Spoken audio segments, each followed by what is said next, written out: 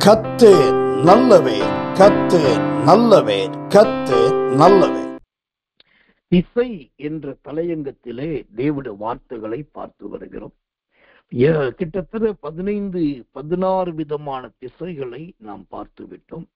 நேற்று கொடுக்கப்பட்ட நோக்கும் திசை என்பது ஏற்கனவே ஒரு முறை கொடுத்திருக்கிறேன். அதை நேற்றுக்கு திடீரென்று மீண்டும் கொடுக்கும்படி தேவன் தயவு செய்திருக்கிறார். ஆனால் முன்பொரு முறை கொடுத்த நோக்கும் திசை என்கிற செய்தியின் நோக்கம், அதனுடைய வார்த்தைகள், விளக்கங்கள், வியாக்கியானங்கள் முற்றிலும் வேறு. நேற்றைக்கு அது 2ஆம் பகுதி கொடுக்கப்பட்டிருக்குது. அது முந்தினதை கொடுத்ததை விட நோக்கம், வசனங்கள், விளக்கங்கள், வியாக்கியானங்கள் முற்றிலும் வேறு. இப்படி தொடர்ந்து ஒரு 16க்கும் அதிகமான திசைகளை குறித்து நாம் பார்த்து இருக்கிறோம். இன்றைக்கும் கூட தேவனுடைய செய்திக்கு ஆதாரமாய் ஒரு வசனத்தை வாசிக்கிறேன். வாசித்த பின்பு நாம் ஸ்தோத்தரித்து தேவனுடைய வார்த்தைக்குள் கடந்து செல்லுவோம். எசேக்கியேல் தீர்க்க தரிசனத்தின் புஸ்தகம் 42ஆம் அதிகாரம் 7வது வசனம். எசேக்கியேல் 42:7. புறம்பே அறை வீடுகளுக்கு எதிரே வெளிப்பிரகார திசையில் அறை வீடுகளுக்கு முன்பாக இருந்த மதிலின் நீளம் 50 முழம். திரும்ப வாசிக்கிறேன். எசேக்கியேல் 42:7வது வசனம். புறம்பே அறை வீடுகளுக்கு எதிரே வெளிப்பிரகார திசையில் அறை வீடுகளுக்கு முன்பாக இருந்த மதிலின் நீளம் 50 முழம். இங்கு ஒரு திசையை பார்க்கிறோம். அதை குறித்து நாம் கவனிக்க போகிறோம். அதற்கு முன்பு ஆண்டவர் நம்மை பலப்படுத்தும்படி, வேதத்தின் வெளிச்சத்தை கற்றுக் கொடுக்கும்படி ஆவியானவர் தாமே வெளியரங்கமாக வேண்டும். சுய மாமிசம் மறைக்கப்பட வேண்டும். தேவ சத்தம், தேவ சித்தம் உண்டாக வேண்டும். அதற்காக எல்லாரும் கண்களை மூடி கர்த்தரை ஸ்தோத்திரம் பண்ணுவோம். இயேசுவின் நாமத்தினாலே கர்த்தரை ஸ்தோத்திரிப்போம். சதுரோம் சதுரோம் சதுரோம் சதுரோம் சதுரோம் சதுரம் ஐயா ஷபால பௌதியா கடகதடியா கடகதடா கடகதடா கடகதர மரதியா லகதுடியா கடகதடி கதுரா கடகத நக்கதுடா கடகத நக்கத்து ரபௌதியா கடகதடா கடகதர மரதியா அகதுடியா கடகதடி கத்துரை ஷபோதுடியா கடகதடா கத்து ரபி ரபி ரிபி கத்து ரபல பலப கதரதியா ரகுதுடியா கடகதடி கத்துரை ஷபக்கத்தி கத்துரா கடகத நமக்கத்த கத்தர மரமரதியா.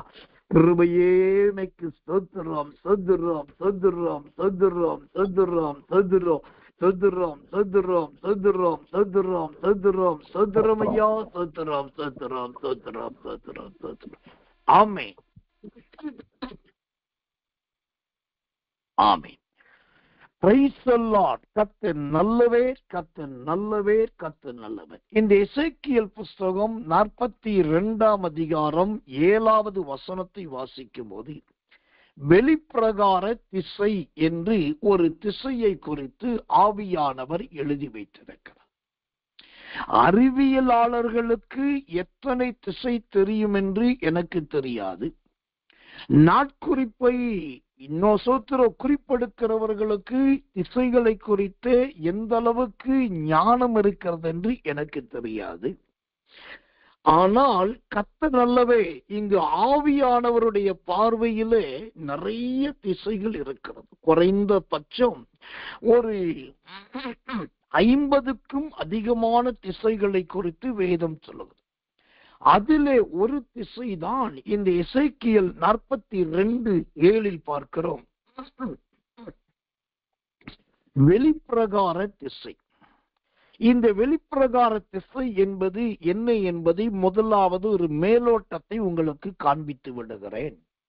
எசேக்கியேல் தீர்க்கதரிசியை தேவனாகிய கர்த்தர் தம்முடைய தேவனுடைய ஆலயத்துக்கு உள்ளே அழைத்து செல்லுகிறார். அழைத்து செல்லும் போது அந்த ஆலயத்தின் சகல விதமான பகுதிகளையும் கர்த்தர் விவரிக்கிறார். இதுதான் வெளிப்பிரகாரம், இதுதான் உட்பிரகாரம். இங்கதான் வரிசை வீடுகள் இருக்கிறது, இங்க உள் வீடு இருக்குது, இதுதான் திண்ணை பகுதி, இதுதான் சுதந்திர பிரத்யேகமான பகுதி, இது பேரீச்ச மரங்கள், இது மண்டபங்கள், இது தளவரிசைகள், இது பரிசுத்த பகுதிகள், இது முற்றம் என்று சொல்லி எசேக்கியேலுக்கு ஒவ்வொரு பகுதியாய் கர்த்தர் காண்பிக்கிறார். நான் இங்க ஒரு உதாரணம் சொல்ல விரும்புறேன். நான் சொல்ற உதாரணம் தப்பா இருக்கும், அது தப்பு என்பது தெரியும், ஆனா அது தப்பு கிடையாது என்று நான் நினைக்கிறேன். என்னன்னாக்கா, என்ன உதாரணம்னா, இந்த எசேக்கியேல் 42 தேவன் எசேக்கியேலுக்கு இடத்தை விவரிச்சு காட்டும் போது எப்படின்னாக்கா, ஒரு புரோக்கர், ஒரு வீடு காண்பிக்கிற, இடம் பிடித்து கொடுக்கிற ஒரு புரோக்கர் அந்த ஒரு கஸ்டமருக்கு எப்படி எக்ஸ்பிளனேஷன் கொடுப்பானோ, எப்படி எக்ஸ்பிளைன் பண்ணுவானோ, அது இதுதான் இந்த ரூமு, இது இவ்வளவு சைஸ், இதுல இந்த வசதி இருக்கு, இதுல போனா இப்படி வரலாம், அதுல வந்தா இப்படி வரலாம், இங்க காத்து நல்லா இருக்கும், அங்க ஜன்னல் இங்க இருக்குது, படி இங்க இருக்குதுன்னு சொல்லி ஒரு புரோக்கர் ஒரு வாடிக்கையாளருக்கு எப்படியாகிலும் அந்த மனுஷனை இங்க வர வச்சணும்ன்ற நோக்கத்துல விவரித்து காண்பிப்பானோ, அதே போலதான் இங்கு தேவனாகிய கர்த்தர் ஒரு தீர்க்கதரிசிக்கு எல்லாத்தையும் விவரிக்கிறார். ஆனா ஒரு பெரிய வேதனை என்ன தெரியுமா, நம்ம ஜனங்க பைபிள படிக்கும் போது இதெல்லாம் கவனிக்கிறது கிடையாது, இப்படி எல்லாம் யோசிக்கிறது கிடையாது. 10 1 11 அத்தோட இது ஒண்ணுன்னு போயிடுறாங்க. கொஞ்சம் யோசிச்சு பாருங்க, ஒரு ஆலயத்தை கட்டின மனுஷன் என்ன பண்ணலாம், ஆண்டவருக்கு காண்பிக்கலாம். ஆண்டவரே, உமக்கு ஒரு ஆலயத்தை கட்டினேன், அதுல முதல் பிரகாரம் இருக்குது, நடு பிரகாரம் இருக்குது, உள் பிரகாரம் இருக்குது, பரிசுத்த ஸ்தலம் இருக்குது, மகா பரிசுத்த ஸ்தலம் இருக்குது, வாசல் பிரகாரம் இருக்குது, கேருபீன்கள் இருக்குது, இங்கதான் கடல் நீர் தொட்டி இருக்குது, அங்கதான் சாம்பராணி பாத்திரம் இருக்குது, இங்க சாம்பல் கொற்ற இடம் இருக்குது, இங்கதான் உடன்படிக்கை பெட்டி இருக்குது, பெட்டிக்குள்ள இப்படி ஆரோனின் துளித்த கோல் இருக்குது, நீர் கடைசிய வைக்கப்பட்ட மண்ணா இருக்குது, தேவனின் 2 நியாயப்பிரமாண சூத்திர கற்களம் இருக்குது. இதெல்லாம் ஒரு ஆசாரியன் ஆண்டவருக்கு சொல்லலாம், இதெல்லாம் உமக்கு கட்டினது, இது உமக்கு செஞ்சது, நீர் வாரம் உமக்காக கட்டினதை பாருன்னு சொல்லி ஒரு மனுஷனோ, ஒரு ஊழியனோ, ஒரு ஆசாரியனோ, ஒரு லேவியனோ ஆண்டவருக்கு விவரித்து சொன்னால் அதுதான் தகும், அதுதான் சரி. ஆனா இங்கு தலைகீழா இருக்கிறது. அவ்வளோ பெரிய வானாதி வானம் கொள்ளாத ஆண்டவர் இந்த எசேக்கியேலுக்கு விவரிக்கிறார். இதெல்லாம் நம்ம பைபிளை படிக்கும் போது யோசிச்சு படிக்கணும். யாரு யாரோட பேசுறா, எதோடு இணைக்கிறாங்க, எப்படி சொல்றாங்க, சரி கடந்து போகட்டும். இப்போ இந்த வெளிப்பிரகாரம் என்பது தேவன் எசேக்கியேலுக்கு விவரித்து காண்பிக்கிற ஒரு இடமா இருக்கு. பொதுவாக வெளிப்பிரகாரம் என்று சொன்னால் வாழ்க்கையின் நடைமுறைப்படி எல்லாரும் என்ன நினைப்பாங்க, ஆலயத்துக்கு உள்ளே இருந்து வெளியில வரும்போது இருக்கிற வராண்டா, இன்னும் கொச்சை தமிழ்ல பேசுறவங்க சொல்லுவாங்க செருப்பு கலட்டி போடுகிற இடம், இன்னும் கொஞ்சம் படிச்சவங்க சொல்லுவாங்க வெளியில வந்துட்டு காத்தோட்டமா உட்கார்ற இடம், இன்னும் கட்டுமான பணி தெரிஞ்சவங்க என்ன சொல்லுவாங்க, ஊர்ல இருந்து தெருவுல இருந்து வீட்டுல இருந்து வேகமா வந்தவங்க சர்ச்சுக்குள்ள போறதுக்கு முன்னாடி கொஞ்சம் ஆசுவாசப்படுறதுக்காக இந்த இடம், அதுதான் வெளிப்பிரகாரம். இதை விட ஒரு கட்டின நிபுணன், ஒரு சிற்பாசாரி வந்தானா அவன் என்ன சொல்லுவான் தெரியுமா, இல்ல இல்ல இல்ல இல்ல, இந்த வெளிப்பிரகாரம் என்னன்னாக்கா இது ஒரு டெக்கரேஷன் பிளேஸ். உள்ள வரும்போது அங்க அழகான குரோட்டன்ஸ் இருக்கும், அங்க அழகான கார்டன் இருக்குது, அங்க சின்ன சின்ன சின்ன ஃப்ளவர்ஸ் இருக்குது, அங்க அழகான செல்ஃப் இருக்குது, இங்க அழகான ஒரு ஆர்ட் இருக்குது, அங்க அழகான இந்த பெயிண்டிங் இருக்குது, இங்க நல்ல டிசைனிங் இருக்குது.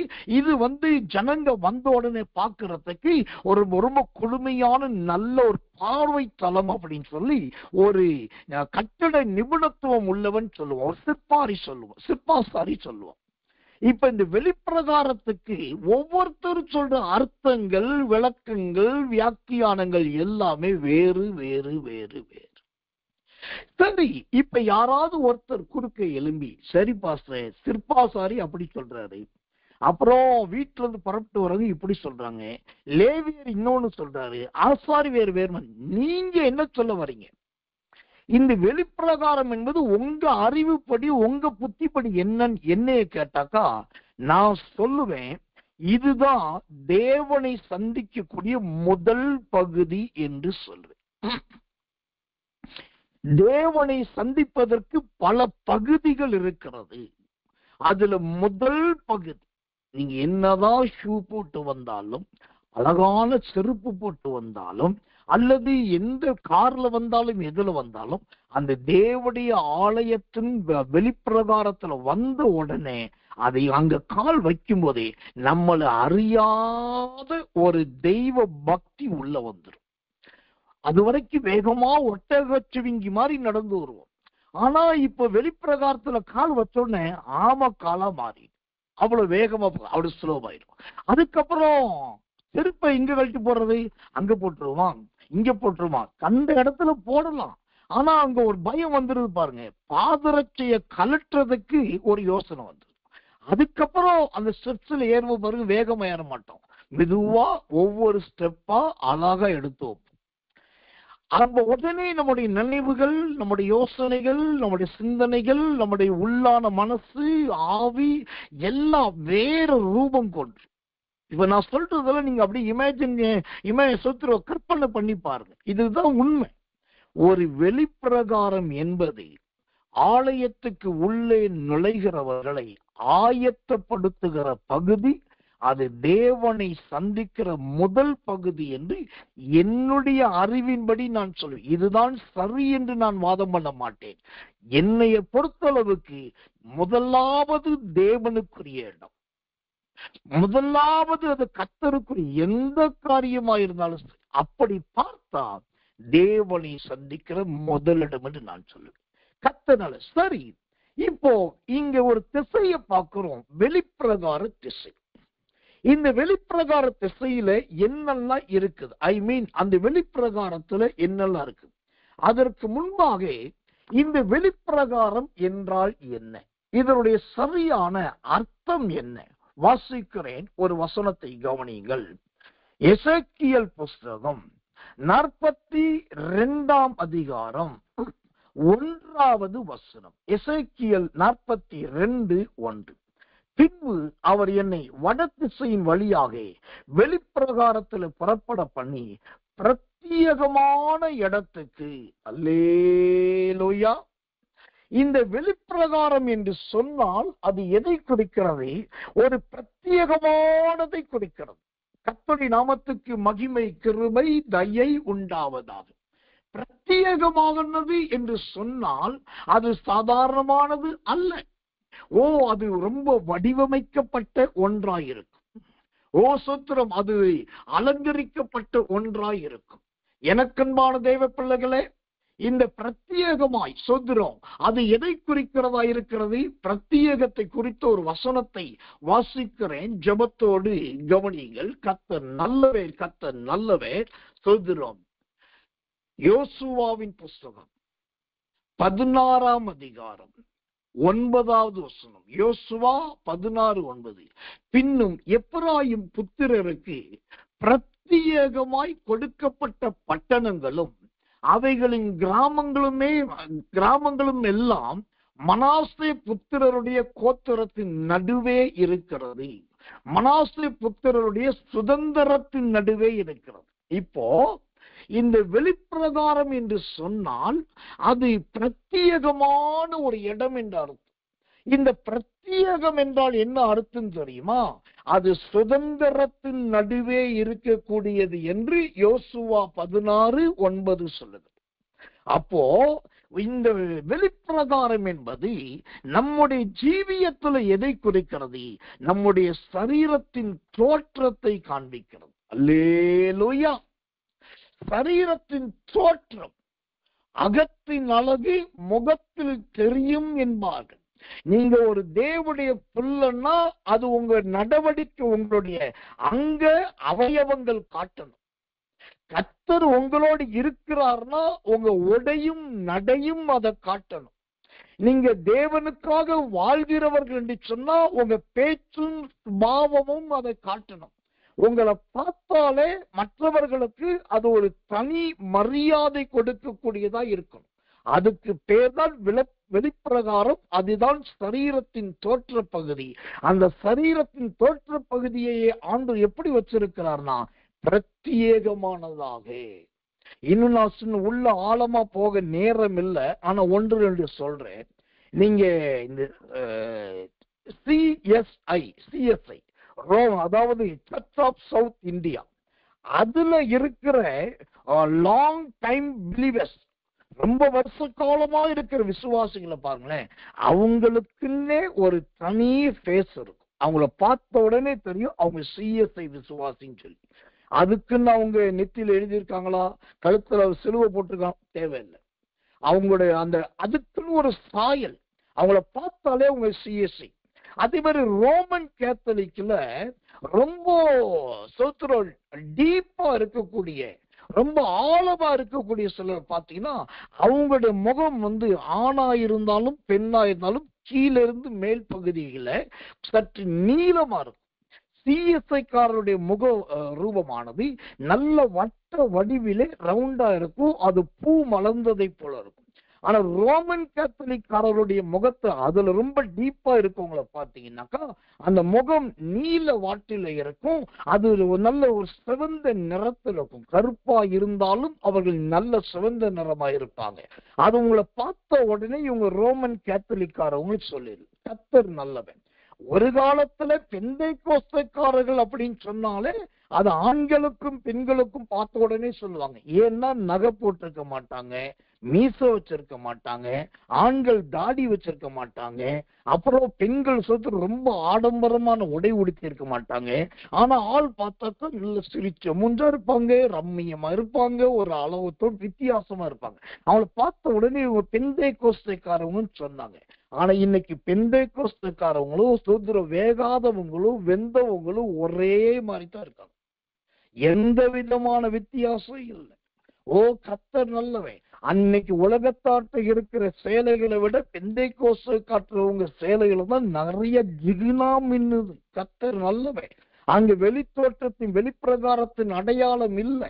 இவங்க கிறிஸ்தவர்கள் என்கிற திசையை காண்பிப்பது இல்லை. ஓ சோத்திரம், அவங்களுக்குள்ளதான் விதவிதமான நூதனமான பல பாரம்பரியங்கள் வந்துருச்சு. இன்னைக்கு பெந்தைக்கோஸ்தைக்காரங்களை கண்டுபிடிக்கிறதே கஷ்டம். அப்படி இப்படி திக்கு முக்காடி கண்டுபிடிச்சா சிபிஎம் என்று சொல்லக்கூடிய டிபிஎம், அதாவது பெந்தைக்கோஸ்தை மிஷன், அவங்களதான் நீங்க சொல்லலாம். அவங்க பியூர் ஒயிட்ல போட்டிருப்பாங்க, அதை வச்சு சொல்றாங்க. அப்போ மற்ற மார்க்கத்தார் யார்? அசம்பிளிக்காரவங்க யாரு? சுதந்திரம் மாரநாதாக்காரவங்க யாரு? இண்டிபெண்டன்ட் மினிஸ்ட்ரி பண்ணவங்க யாரு? ஏன் இவங்களை பெந்தைக்கோஸ்தைக்காரன்னு சொல்ல முடியல? உலகத்தின் அங்க வஸ்திரங்கள் உள்ளே வந்துருச்சு. ஒரு காரியத்தை கவனிக்கணும், யாக்கோவின் குமாரர்கள் 12 பேர், 11 பேரு நார்மலான ட்ரெஸ் போட்டிருக்காங்க. ஆனா ஒரே ஒருத்தன் யோசிப்பு, அவன் மட்டும் பலவர்ண அங்கி போட்டான். இங்க நீங்க நல்லா கவனிக்கணும், நார்மலான வஸ்திரம் உடுத்தி எல்லாரோடும் எல்லாமுமாய் சாதாரணமாய் காணப்பட்ட அவர்களுக்கு எந்த இடுக்கணும் வரல. ஆனா பலவர்ண அங்கிய போட்டு ரத்தாம்பரத்தை போலவும் மினுக்கிற வஸ்திரமா போட்ட யோசேப்பு என்னைக்கு பலவர்ண அங்கி போட்டானோ அன்னைக்கு தகப்பன் தெரிந்து கொள்ள ஆரம்பித்தான், சகோதரர்கள் பகைக்க ஆரம்பித்தார்கள், அவனை தேடி கொலை வெறி வந்தது, அவனுக்கு மரணம் வந்தது, நாடு கடத்துதல் வந்தது, சிறைச்சாலை வந்தது. ஓ அதுக்கப்புறம் இந்த நிலைமை எப்ப மாறிச்சுன்னா, ராஜாவை பாக்குறதுக்கு சவரகம் பண்ணி நல்ல வஸ்திரம் உடுத்திட்டு போறா பாருங்க, அன்னையோட இந்த பிரச்சனை மாறி. அப்போ இந்த பலவர்ண அங்கி அப்படி இப்படின்றதெல்லாம் நம்முடைய வெளிப்பிரகாரம் கிடையாது. நாம் அப்படிப்பட்டவர்கள் இருக்க கூடாது. நம்முடைய தோற்றம் மற்றவர்களுக்கு நாம் தேவனுடைய பிள்ளைகள், தேவனுடைய ஆலயத்துக்கு போகிறவர்கள் என்கிற அந்த திசையை காண்பிக்கிறதா இருக்கணும். அப்போ வெளிப்பிரகாரம் என்பது முதலாவதாக ஓசுதல், அது ஒரு பிரத்யேகமான இடம், உலகத்தையும் கிறிஸ்தவத்தையும் இணைக்கிற இடம். அதுதான் உங்க தோற்றம், அதுதான் கர்த்தர் நல்லவன். அது சுதந்திரமான இடம். இங்கே யார் சுதந்திரமா இருக்கணும்? கர்த்தர் சுதந்திரமா இருக்கணும், தேவன் சுதந்திரமா இருக்கணும். அது ரொம்ப ரொம்ப ரொம்ப ரொம்ப ரொம்ப முக்கியம். கர்த்தர் நல்லவே, கர்த்தர் நல்லவே கர்த்தர். முதலாவது வெளிப்பிரகார திசை என்று சொன்னால் பிரத்யேகமான இடம் என்று பார்க்கிறோம். இரண்டாவதாக இந்த வெளிப்பிரகார திசை என்பது எதை குறிக்கிறது? இன்றைக்கு முழுக்க முழுக்க எசேக்கியேல் புஸ்தகத்தை மட்டும்தான் நாம் ஆராய போகிறோம். இரண்டாவதாக அந்த எசேக்கியேல் 10ஆம் அதிகாரம் 5வது வசனத்தை வாசிக்கிறேன், கவனிங்கள். கர்த்தர் எசேக்கியேல் 10:5, கேருபீன்களுடைய செட்டைகளின் இரைச்சல் சர்வத்துக்கும் வல்ல தேவன் பேசுகையில் உண்டாகும் சத்தம் போல வெளிப்பிரகாரம் மட்டும் கேட்கப்பட்டது. அல்லேலூயா. இந்த வெளிப்பிரகாரம் திசை என்பது எதை குறிக்கிறது? அது தேவன் பேசுகிற சத்தம் கேட்கிற இடமாம். அல்லேலூயா. கர்த்தருடைய நாமத்துக்கு மகிமை உண்டாவதாக. எனக்கன்பானவர்களே, வெளிப்பிரகாரமாகிய உங்க சரீரத்தின் அவயவங்கள் தேவன் பேசக்கூடிய அவயவங்களா இருக்கிறதா? வெளிப்பிரகாரமான உங்க உடுப்புகள் தேவன் பேசுகிற உடுப்புகளா இருக்கிறதா? வெளிப்பிரகாரம் என்பது தேவனுடைய சத்தம் கேட்கிறதே, அதே போல கர்த்தருடைய துணி உண்டாகக்கூடியதா உங்க ஜீவியம் இருக்கிறதா பாருங்க. இந்த வெளிப்பிரகாரம் என்று சொன்னால் எசேக்கியேல் 10:5 ரொம்ப தெளிவாய் சொல்கிறது. சர்வத்துக்கும் வல்ல தேவன் பேசுகையில் உண்டாகும் சத்தம் போல வெளிப்பிரகாரம் மட்டும் கேட்கப்பட்டது. கர்த்தர் நல்லவே, கர்த்தர் நல்லவே, கர்த்தர் நல்லவே. எனக்கன்பானவர்களே, இன்றைக்கு நிறைய பேருடைய பேச்சு வெளியே கேட்குது. ஆனால் இங்கு யாருடைய பேச்சு கேட்கணுமா? கர்த்தர் நல்லவே, கர்த்தர் நல்லவே. தேவன் பேசுகிறதை கேட்கக்கூடியவர்களாய் நாம் இருக்க வேண்டும். ஓ கர்த்தர் நல்லவை. தேவன் பேசும்போது அந்த சத்தம் நமக்கு கேட்கணும். அதுதான் இங்கு ரொம்ப ரொம்ப ரொம்ப ரொம்ப ரொம்ப முக்கியமானது. அதை தவிர்த்து இன்னைக்கு தேவன் பேசுகிறதுக்கு பதிலாக யார் யாரோ பேசுறதெல்லாம் கேட்குது. யோவான் சுவிசேஷத்தின் புஸ்தகம் 9ஆம் அதிகாரம் 29வது வசனம். யோவான் 9:29, மோசையுடனே தேவன் பேசினார் என்று அறிவோம், இவன் எங்கே இருந்து வந்தான் என்று அறியோம் என்றார்கள். அல்லேலூயா. இப்போ ஆண்டவரை பார்த்து சொல்றாங்க, இவர் மோசையை போலவே இருக்கிறார் ஐயா. மோசையோடு தேவன் பேசினது எங்களுக்கு தெரியும், ஆனா இவர் எங்கிருந்து வந்து அது எங்களுக்கு தெரியாது. சரி, இங்க என்ன ஆச்சரியம்னா, தேவன் எங்கிருந்து வந்தார் என்பது அன்றைக்கிருந்த யூதர்களுக்கு தெரியல. ஆனால் தேவன் மோசையோடு பேசினதை மட்டும் கரெக்டா தெரிஞ்சு வச்சிருக்காங்க. இதுதான் ஆவிக்குரிய வளர்ச்சி. ஒரு தேவப்பிள்ளையுடைய முதிர்ச்சி என்பது இப்படிதான் இருக்க வேண்டும். எப்படி? யார் யாரோ பேசினாலும் தேவன் பேசுகிற சத்தம் உங்களுக்கு கேட்கணுங்க. அது எங்க கேட்கணும்? வெளிப்பிரகாரத்தில். இந்த வெளிப்பிரகாரம் என்பது எது? உங்க வீட்டுக்கு வெளி பகுதியை காண்பிக்கிறது. உங்க வீட்டுக்குள்ளே மச்சான் இருக்கலாம், மாமா இருக்கலாம், அண்ணன் இருக்கலாம், அக்கா இருக்கலாம், தம்பி இருக்கலாம், தங்கச்சி இருக்கலாம், புருஷன் இருக்கலாம், மனைவி இருக்கலாம், தாத்தா இருக்கலாம், பாட்டி இருக்கலாம், சின்னவங்க இருக்கலாம், பெரியவங்க இருக்கலாம், உறவுக்காரவங்க, பந்துக்காரவங்க இருக்கலாம், சொந்தக்காரர்கள் இருக்கலாம், விசுவாசி இருக்கலாம், அவிசுவாசிகள் யாரும் இருக்கலாம். ஆனால் இவர்களுடைய சத்தத்தை விட உங்க வீட்டை ஒருத்தர் கடந்து போனாக்கா உங்க வீட்டிலிருந்து என்ன கேட்கணுமா? தேவன் பேசுகிற சத்தம் கேட்க வேண்டுமா? தேவன் பேசுகிற சத்தம் இது வீட்டுக்கு வெளியே கேட்கணும். உங்க வீட்டுக்கு உள்ளே இருந்து தேவனுடைய சத்தம் வெளியே போகிறதா அல்லது போனதா என்பதை கொஞ்சமாவது கவனி. வெளிப்பிரகார திசை என்பது உள்ளே இருக்கிற கர்த்தருடைய அசரீரி சத்தத்தை அது வெளியே தெருக்களுக்கும் வீதிகளிலும் சாலைகளிலும் போகிறவர்களுக்கு துணிக்க பண்ணுவது. அதனால்தான் நீதிமொழிகள்ல வாசிக்கிறோம், ஓ வீதிகளில் சொல்லுகிறவர்களே என்னை நோக்கி பாருங்கள், என் சத்தத்தை கேளுங்கள். பிரயாணிகளே நான் சொல்லுவதை கேளுங்கள். சொல்றோம், ஒரு நாள் ஆண்டவரே பார்த்தாரு, திடீர்னு ஒரு மேட்ல ஏறி நின்றுட்டு சொன்னார், ஓ தாகமாயிருக்கிறவர்களே நீங்கள் எல்லாரும் என்னில் வாருங்கள், நான் உங்களுக்கு ஜீவ தண்ணீரை கொடுப்பேன். அவருக்கு ஆசை என்ன தெரியுமா? போறவன் வர்றவன் நிக்கிறவன் கடக்கிறவன் அசைறவன் எல்லாரும் அந்த சத்தத்தை கேட்கணும். இங்க ஒரு ஜீவ தண்ணி கிடைக்கும் என்பது தெரியணும். இதுதாங்க நோக்கம். இன்னைக்கு கிறிஸ்தவர்களுக்கு வீடு இல்லாம இல்லை, எல்லா கிறிஸ்தவர்கள் வீடு இருக்கு. நீங்க சொந்த வீடா இருக்குதா, மாடி வீடா இருக்குதா, மச்சு படப்பட்ட வீடா இருக்குதா, ஓட்டு வீடா இருக்குதா, ஒத்திக்கு இருக்கிறீங்களா, வாடகைக்கு இருக்கலாம், அதெல்லாம் கேள்விகளே. எல்லாரும் வீட்டுல இருக்கீங்க. ஆனா உங்க வீட்டிலிருந்து வெளியே வருகிற சத்தம் தேவன் பேசுகிறதை வெளிப்பிரகாரத்துல எல்லாருக்கும் கேட்க பண்ணுகிற சத்தமா இருக்கணும். எல்லாரும் தெரிஞ்ச வசனம் உண்டு, நீதிமான்கள் கூடாரத்திலே கம்பீர சத்தம் உண்டாயிருக்கு. அந்த கம்பீர சத்தம் எப்படி இருக்கணும்? அது தேவனுடைய சத்தமா இருக்கணும். ஓ இங்கிருந்து அருமையான ஒரு பாட்டு. நான் சில ஊழியர்களை சொல்றேன், நான் வெட்கப்படல. முன்பொரு காலத்தில் இதெல்லாம் நடந்தது. டிஜிஎஸ் தினகரன் என்கிற அற்புதமான ஒரு தேவ மனுஷன், அவர் ரட்சிக்கப்பட்டு ஊழியத்துக்கு வந்து நல்ல ஊழியம் செய்துட்டு இருக்கும் போது அவருடைய ஊழியத்தின் வளர்ச்சிக்கு முதல் முக்கிய அடிப்படைய பாட்டு தான். அந்த அவர் முத பாட்டு பாடும்போது அந்த ஒரு பாடல் தட்டு ஒண்ணு இருக்கும், நல்ல டார்க் பிளாக் கலர்ல இருக்கும். அது அப்படி ஒரு பாக்ஸ் மாதிரி இருக்கும், அதுல வச்சிருவாங்க. அப்படியே சுத்து மேல ஒரு பின் வச்சா அதுல அழகா பாடும். அதுதான் ஆரம்ப காலத்தில் டிஜிஎஸ் தினகரனுடைய பாடல் தட்டுக்கள். இந்த பாடல் தட்டுக்கள் அன்றைக்கு இருந்த புத்தக கடைகள், அன்றைக்கு இருந்த கேசட்டு கடைகள், அப்பெல்லாம் ரொம்ப எல்லாம் கிடையாது. 1000ல் 1, மூளைக்கு 1, ஊருக்கு 1 எங்கேயாவது தான் இருக்கும்.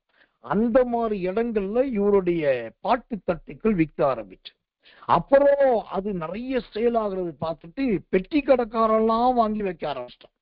அவன் ஒரு ரெக்கார்டிங் பாக்ஸ் வாங்கி வச்சு அதுக்குள்ள ஒரு தட்டை போட்டு ஒரு பாட்டை ஓடுவான். இப்போ நான் கேள்விப்பட்டதும் கண்ணால் கண்டது என்னன்னா, அவர் அந்த ஊழியத்தை கிருபையும் வல்லமையுமா செய்யும் போது இவருடைய பாட்டு தட்டின் சத்தம் அந்த கடைகளிலே துணிக்கும் போது அந்த இடத்தை கிராஸ் பண்ணி போறவங்க மெய் மறந்து அப்படி நின்றுவாங்க. மெய் மறந்து நின்று அவர் பாட்டை கேட்டுட்டு போவாங்க. அதை தவிர இன்னும் ஆச்சரியமான சாட்சி கேள்விப்பட்டிருக்கேன். ஏன்னா அன்னைக்கு பொருளாதாரம் வருமானம் ரொம்ப கம்மி. கடைக்கு போறாங்கன்னா என்ன வாங்கணும் அதுக்கு மட்டும்தான் காசு எடுத்து போவாங்க, அதுதான் பழக்கம். இவங்க ஏதோ ஒரு பொருள் வாங்கறதுக்கு காசு எடுத்து கடைக்கு போயிருப்பாங்க. போற வழியில இந்த பாட்டை கேட்டு கிறுத்து அப்படியே சுதி மயங்கி அப்படியே இருதயத்தை பறி கொடுத்துருவாங்க. உடனே என்ன பண்ணுவாங்க, கையில இருக்க காசு கொடுத்து கேசட்டை வாங்கிடுவாங்க. மத்தியான சமையலுக்கு கட்டு. இப்ப கேசட்டை வாங்கிட்டு போய் அதை போட்டு கேட்பாங்க. இப்ப ஏன் இதே மாதிரி அப்புறம் சில தெய்வ ஊழியர்கள், ஜஸ்டின் பிரபாகரன், அவருடைய பாடல்கள் ஒரு காலத்துல ரொம்ப சவால் நிறைஞ்ச பாடல்கள். நான் கிறிஸ்துவுக்கு பைத்தியக்காரன் நீ யாருக்கு, அவரோட பாட்டெல்லாம் கேட்டீங்கன்னா தூங்குற பிள்ளை ஏஞ்சி நின்று டான்ஸ் ஆட ஆரம்பிக்கும். அவருடைய பாட்டு ஒரு காலத்துல எல்லாரையும் கேட்க வச்சது.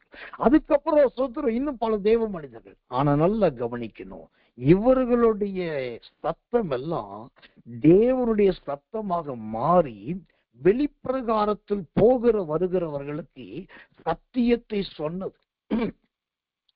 அப்படிதான் கிறிஸ்தவம் வளர்ந்தது, சபைகள் வளர்ந்தது, ஊழியங்கள் வளர்ந்தது, ஜனங்கள் கிறிஸ்துவுக்குள் வளர்ந்தார்கள். அப்போ முதலாவது நாம் எப்படி மாற வேண்டும்? வெளிப்பிரகார திசையாய் மாறணும். இரண்டாவது அது பிரத்யேகமான ஒரு இடம் உள்ளவர்களாய் நாம் மாறணும். மூன்றாவது அந்த எசேக்கியேல் 10:5 சொல்லுகிறபடி தேவன் பேசுகிற அந்த சத்தம் கேட்கிற வெளிப்பிரகாரமாய் இருக்க. இதுதான் இங்க ரொம்ப முக்கியம். இன்னைக்கு தீர்மானம் பண்ணுங்க, என் வீட்டுல இருந்து பக்கத்து வீட்டுக்கு சுவிசேஷம் போகணும், என் வீட்டிலிருந்து அடுத்த வீட்டுக்கு சத்தியம் போகணும், என் வீட்டுக்கு உள்ள இருந்து கர்த்தரை மகிமைப்படுத்துகிற பாட்டுக்கள் போகணும், என் வீட்டுக்குள்ள யாராவது எட்டி பார்த்தாலோ கவனிச்சு கேட்டாலோ இங்க இருந்து ஆராதிக்கிற சத்தம் அவங்களை தொடணும். இந்த ஒரு முடிவுக்கு வாங்க, இந்த ஒரு தீர்மானத்துக்கு வாங்க. இன்னைக்கு நிறைய கிறிஸ்தவ வீடுகள சீரியல் சத்தம் தான் காத பழக்குது. கண்ட காட்சி எல்லாம் அங்க பயங்கரமா அடுத்த வீடு ஏற்ற வீட்டுக்கெல்லாம் போகுது. ஆனா தேவ பிள்ளைகள் வீடு என்று சொன்னா உங்க வீட்டின் வெளிப்பிரகாரத்தில் இருக்கிறவர்களுக்கு தேவனுடைய சத்தத்தை தொனிக்க பண்ணுகிறவர்களா இருக்க வேண்டும். கர்த்தர் நல்லவே, கர்த்தர் நல்லவே. சரி, இப்போ இந்த எசேக்கியேல் 10:5 சொல்லுகிறது வெளிப்பிரகாரம் என்றால் தேவனுடைய சத்தம் கேட்ட இடம் என்று. அப்ப வேதத்திலே யாருடைய சத்தம் வெளிப்பிரகாரம் வரைக்கும் கேட்டது? ரொம்ப சுலபம். அப்போஸ்தல நடபடிகளின் புஸ்தகம் 2ஆம் அதிகாரத்தை படித்து பாருங்க. அங்கு பரிசுத்தாவியானவர் இறங்கின போது அவரவர்கள் நவமான வார்த்தைகள் பேச ஆரம்பித்த போது அந்த சத்தத்தின் ஓசை வெளியெல்லாம் போய் வெளியில இருக்கிற பலதரப்பட்ட ஜாதியாரை, பலதரப்பட்ட மொழியாரை, பலதரப்பட்ட மக்களை உள்ளே கொண்டு வந்துருச்சு. உள்ளே இருக்கிற சத்தம் வெளியே போய் அது தேவ சத்தமா, அந்நிய பாஷை சத்தமா, பரிசுத்தாவி சத்தமா, ஆராதனை சத்தம் போனோன்னே இது என்ன இவ்வளவு பெரிய சத்தம், அது நம்ம பாஷையில பேசுறாங்க, இது நல்லா இருக்குதே, போய் பார்ப்போம் சொல்லி போறவன் வர்றவெல்லாம் வந்து நுழைஞ்சிட்டான் ஐயா. இதுதான் தேவனுடைய சத்தம். ஆனால் நான் மிகவும் துக்கத்தோடு வருத்தத்தோடு சொல்றேன், இப்படி தேவ சத்தத்தை வெளிப்பிரகாரத்தில் துணிக்க பண்ணுகிற வீடுகள் இல்லவே இல்லை. எங்கோ ஒன்று ஏதோ ஒரு இடத்துல கொஞ்சம் கேட்கு. ஆனா இன்னைக்கு எல்லாரும் மூடிக்கொள்ளுகிறோம், மறைந்து கொள்ளுகிறோம், ஒளிந்து கொள்ளுகிறோம். இன்னைக்கு ஒரு தீர்மானம் பண்ணுங்க, ஆண்டவரே என் வீட்டின் வெளிப்பிரகார திசை, என் வீட்டின் வெளிப்பிரகாரம் தேவனுடைய சத்தத்தை எல்லாருக்கும் கேட்க பண்ணுகிற ஒரு இடமாய் இருக்க வேண்டும். அதற்கு நான் கிரியை செய்வேன். இன்றைக்கே ஆம்பிளிஃபையர் வாங்குவேன், இன்றைக்கு ஸ்பீக்கர் பாக்ஸ் வாங்குவேன், இன்றைக்கு நான் பாடல்களை போடுவேன், இன்றைக்கு நல்ல செய்திகளை போடுவேன் சொல்லி ஒரு தீர்மானம் பண்ணுங்க. கர்த்தர் உங்களுடைய பக்தி வைராக்கியத்தை பார்க்கட்டும், நல்ல பலனை கொடுக்கட்டும். கர்த்தர் நல்லவே, கர்த்தர் நல்ல. முதலாவது சொன்னேன், வெளிப்பிரகாரம் என்று சொன்னால் அது பிரத்யேகமான ஒரு இடம், அது தேவன் சுதந்திரமா இருக்கிற ஒரு இடம். இரண்டாவது சொன்னேன், வெளிப்பிரகாரம் என்று சொன்னால் அது தேவன் பேசுகிற சத்தம் கேட்கிற அழகான ஒரு இடம். அல்லேலூயா, கர்த்தர் நல்லவே, கர்த்தர் நல்லவே.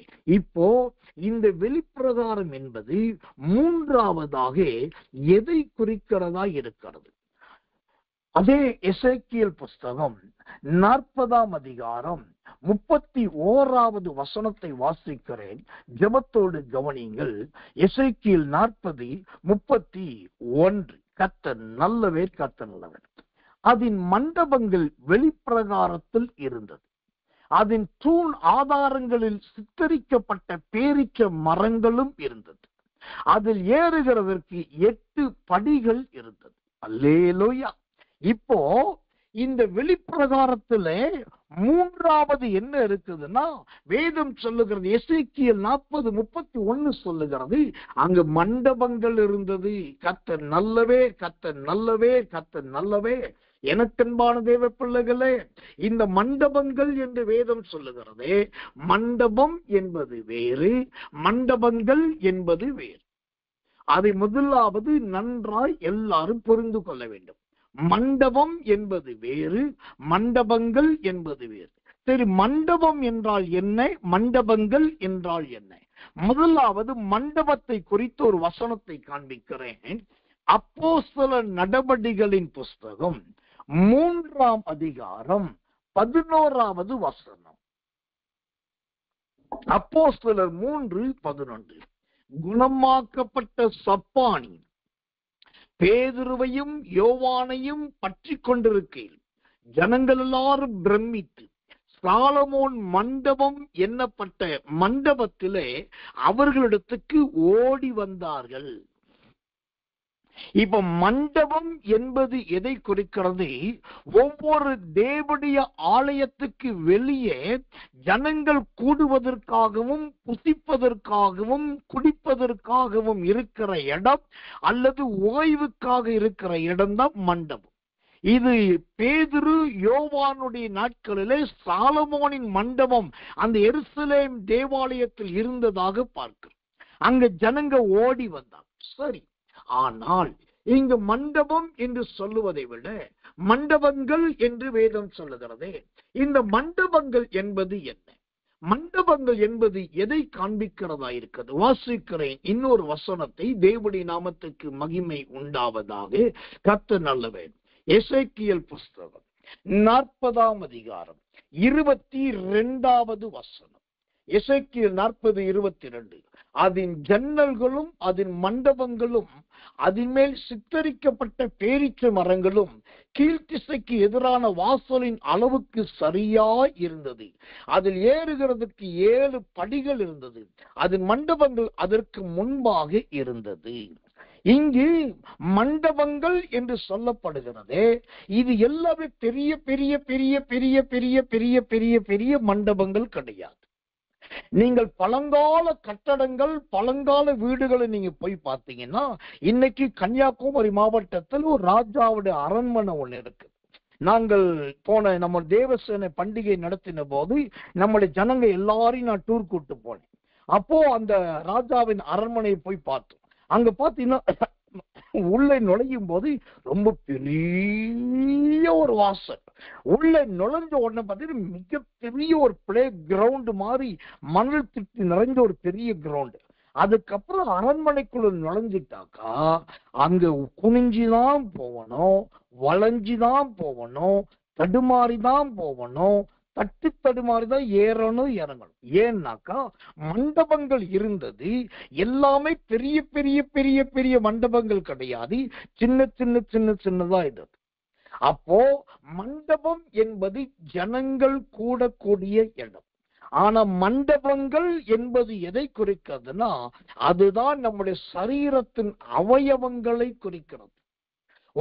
அது சொல்ற எசேக்கியேல் 40:22 சொல்லுது. அங்கே ஜன்னல்கள் இருந்தது, அப்புறம் பேரீச்ச மரங்கள் இருந்தது, அப்புறம் வாசல் இருந்தது, அதுக்கப்புறம் ஏறதுக்கு படி இருந்தது. இப்படி நிறைய இருக்குது. இப்ப இது எல்லாம் சேர்ந்ததுதான் மண்டபங்கள். இந்த மண்டபங்கள் என்பது ஆவிக்குரிய அர்த்தத்தின்படி நம்முடைய சரீரத்தின் அவயவங்களை உறுப்புகளை காண்பிக்கிறது. அப்போ ஒவ்வொரு மண்டபமும் எப்படி இருக்கணும்? அது நல்ல வெளிப்பிரகாரத்தில் இருக்கிறதை போலவே உட்பிரகாரத்திலும் சுத்தமானதா இருக்கணும். இங்கு ஜன்னல் என்று பார்க்கிறோம். இந்த ஜன்னல் என்பது நம்முடைய சரீரத்தின் அவயவத்தில் கண்களை குறிக்கிறது. 2வதாக சித்தரிக்கப்பட்டது அப்படின்னு இருக்குது. இந்த சித்தரிக்கப்பட்டது எது? அதுதான் நம்முடைய தலைமுடியை இழுத்து வாரி சீவுவது. உன் தலைக்கு எண்ணெய் பூசு அப்படின்னு பைபிள் சொல்லுது. அந்த சித்தரிக்கப்பட்டது நல்ல தலை வாரி இருப்பது. 3வதாக பேரீச்ச மரங்கள் என்று இருக்கிறது. இந்த பேரீச்ச மரங்கள் என்பது என்ன? அது நம்முடைய கைகளையும் கால்களையும் அதில் இருக்கிற அழகான 20 விதமான விரல்களை குறிக்கிறது. அந்த பேரீச்ச மரத்துல எப்படி பேரீச்சை காய்களும் பழங்களும் கொத்து கொத்தா இருக்குமோ, வலது கையில 5 விரல் என்கிற கொத்து இருக்கிறது, இடது கையில 5 விரல் என்கிற கொத்து இருக்கிறது, வலது கால் இடது கால 5 என்கிற கொத்து இருக்கிறது. அப்ப இதுவும் எப்படி இருக்க வேண்டும்? ஒரு மண்டபம் போல காணப்பட வேண்டும். கர்த்தர் நல்லவர். கர்த்தன. அடுத்தது வாசல். இந்த வாசல் என்பதை நிறைய பேர் இருதயம் என்று சொல்லுவார்கள். ஆனால் நான் உள்ளபடி சொல்ற, வாசல் என்பது இருதயம் கிடையாது. அதுதான் ஒவ்வொரு மனுஷனுடைய வாய். இந்த வாய் என்கிற வாசல் தான் சிலருக்கு எம்மாவூர்ல இருந்து கானாவூர் வரைக்கும் விரிஞ்சி தெரிஞ்சு பெருசா அகலமா வலதுபுறத்திலும் இடதுபுறத்திலும் இடம் கொண்டு பெருகி இருக்குது இந்த வாசல். ஓ கர்த்தர் நல்லவை. இன்னும் சிலருக்கு வாசல் எப்படி இருக்கு தெரியுமா? ஓ எரிகோவின் மதிலை போல உயரமா இருக்கு. வாயை திறந்தாக்கா கிட்டத்தட்ட ஒரு அண்டாவே உள்ள போவோம். சோத்திரம். அந்த அளவுக்கு எரிகோவின் மதில் மாதிரி உயரமான வாசல். இந்த வாசல் என்பது வாய். ஆனா நம்முடைய அந்த வாசல் என்கிற மண்டபம் எப்படி இருக்கணும்? நலமானவைகளை மட்டுமே பேசக்கூடிய, சுருக்கமானவைகளை பேசக்கூடிய ஒரு இடுக்கமான வாசலா நம்ம வாய் இருந்தா ரொம்ப நல்லது. கர்த்தர் நல்லவே, கர்த்தர் நல்லவே. அதற்கு அடுத்தது அங்க பார்க்கிறோம் 7 படிக்கட்டுகள் இருக்கிறது. இந்த 7 படிக்கட்டுகள் என்பது என்ன தெரியுமா?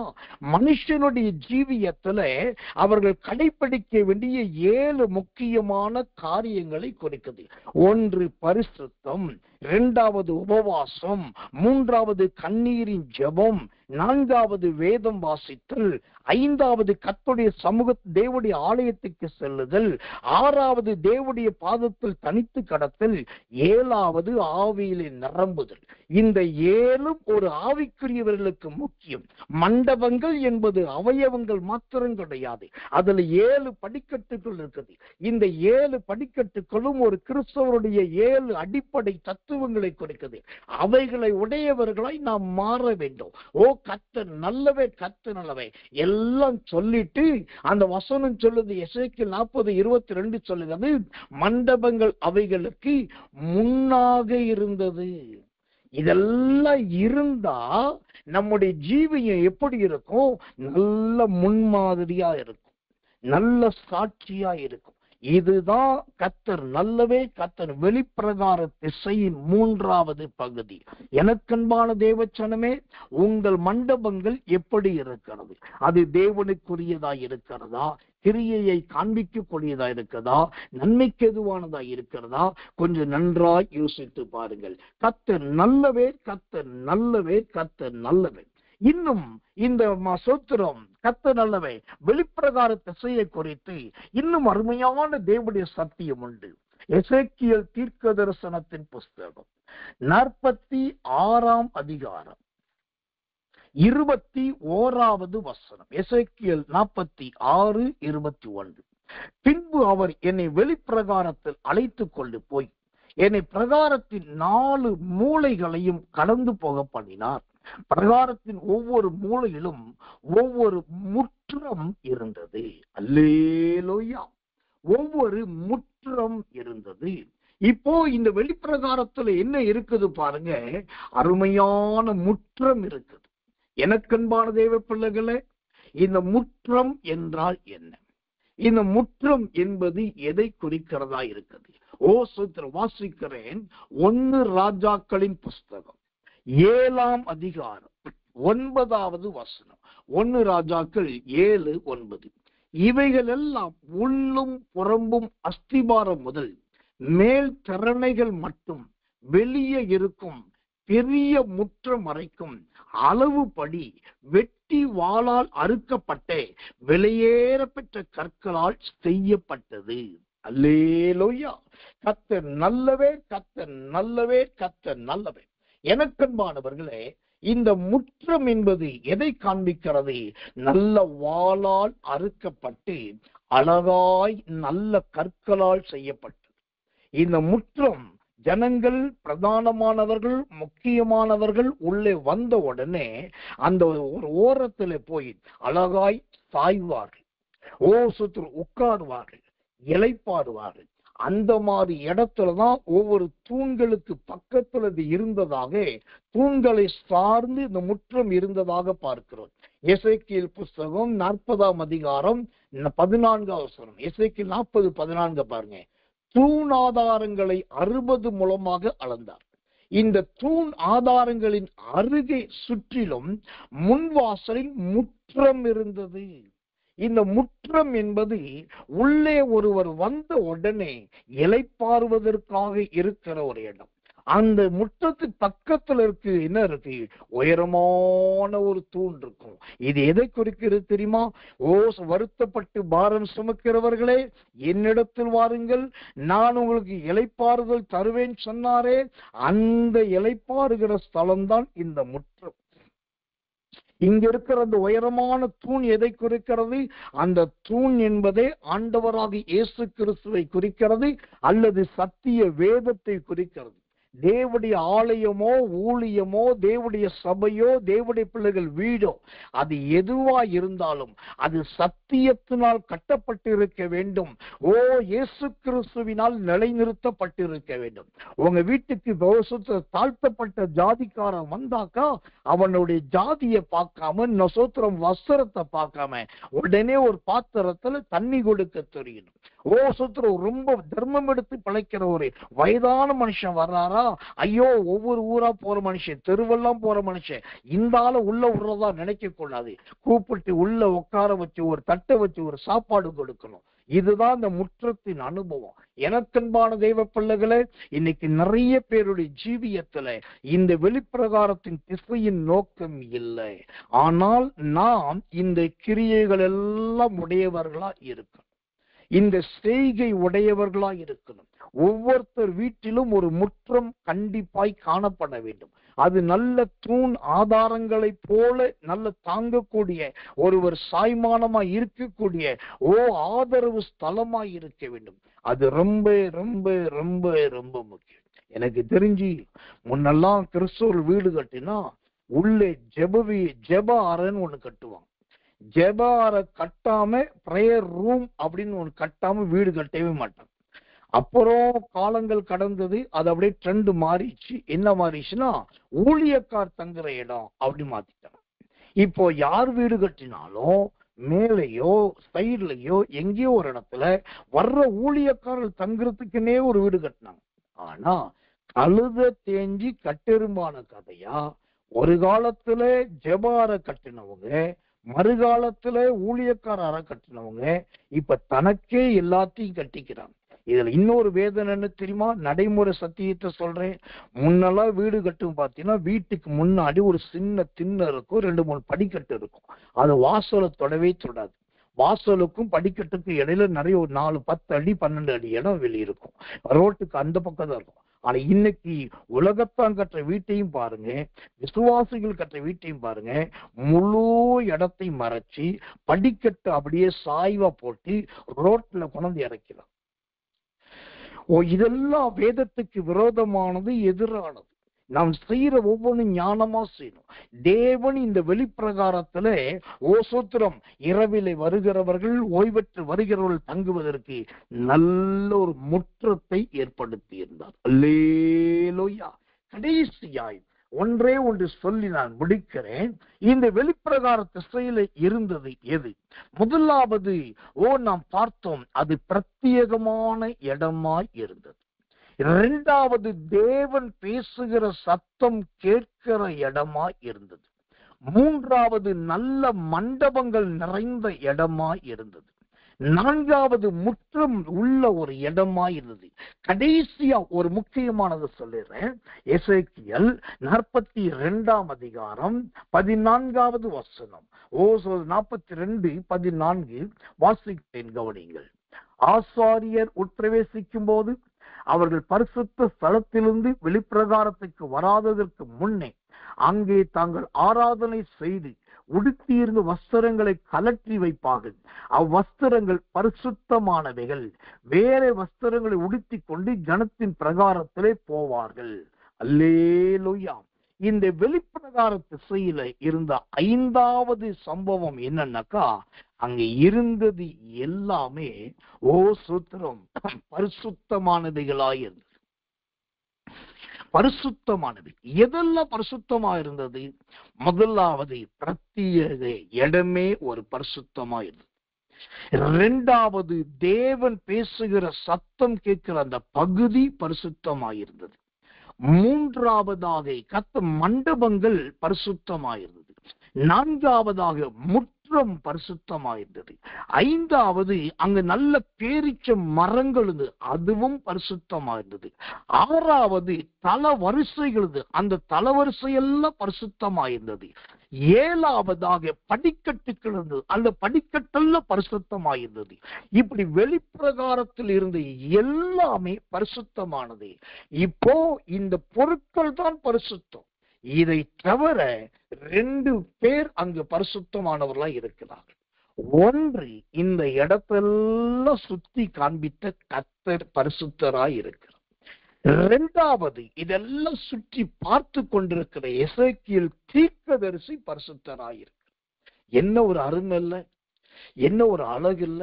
வெளிப்பிரகார திசை என்று சொன்னா அதுக்குள்ள இவ்வளவு ரகசியம், இவ்வளவு சத்தியம், இவ்வளவு மறைப்பொருட்கள், இவ்வளவு ஆழங்கள், இவ்வளவு உபதேசங்கள், இவ்வளவு வசனங்கள், இவ்வளவு அறியப்படாத காரியங்கள்லாம் கர்த்தர் வச்சு கடைசியா அங்க இருக்கிறது எல்லாமே பரிசுத்தமானது. வெளிப்பிரகாரத்தில் இருக்கிற எல்லா பரிசுத்தமானது சொல்லிட்டு அதை தவிர நாங்களும் பரிசுத்தமா இருக்கிறோம். யாரு?